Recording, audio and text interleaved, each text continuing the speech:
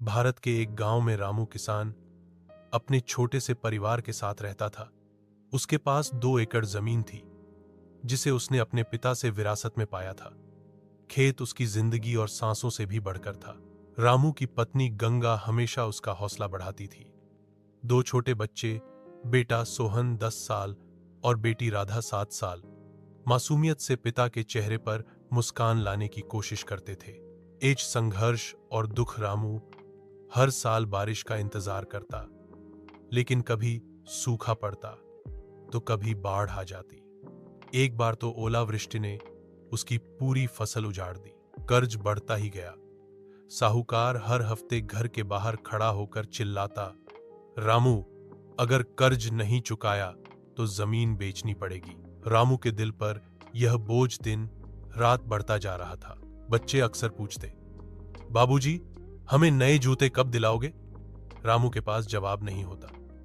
वह मजबूरी में सिर झुका लेता और आंखों में आंसू भर आते। तोस्त्रे, वह काली रात। एक रात जब सब सो रहे थे, रामू नींद में नहीं था।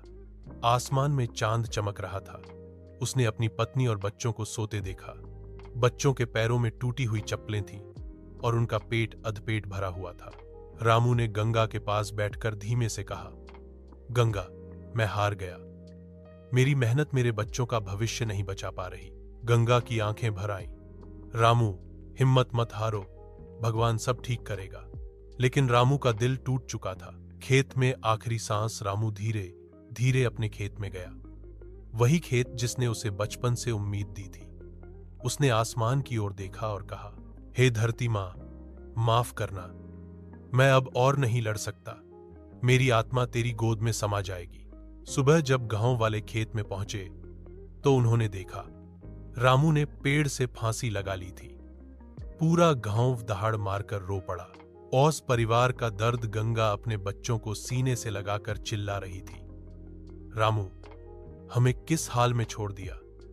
तेरे बिना हम जिएंगे कैसे? सोहन ने मासूमियत से पूछा, मां, पिताजी हमें स्कूल क्यों नहीं ले जा रहे? वो अब खेत में क्यों सो गए? गांव की औरतें आंसू पोंछ रही थीं और मर्द चुपचाप सिर झुकाए खड़े थे। गांव की जागरूकता। रामू की मौत ने गांव को झकझोर दिया। पहली बार सबने महसूस किया कि अगर किसान ही मर जाएगा तो उनका अस्तित्व भी खत्म हो जाएगा। गांव के बुजुर्गों ने पंचायत बुलाई। उन्होंने तय किया कि अब वे सब मिलकर साहूकारों के खिलाफ आवाज उठाएंगे और सरकार से मदद मांगेंगे।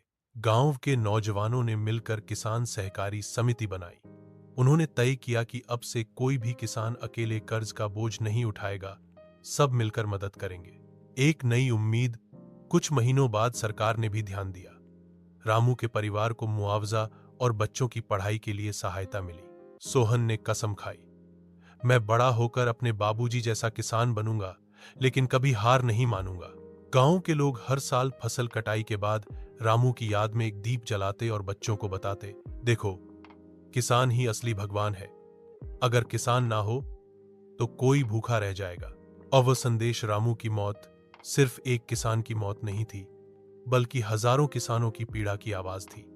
यह हमें याद दिलाती है कि एढ़ा किसान सिर्फ अपने परिवार का पेट नहीं भरता, बल्कि पूरे देश को भोजन देता है।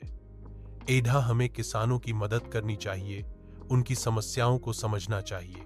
अगर किसान खुश नहीं तो कोई भी देश खुशहाल नहीं हो सकता।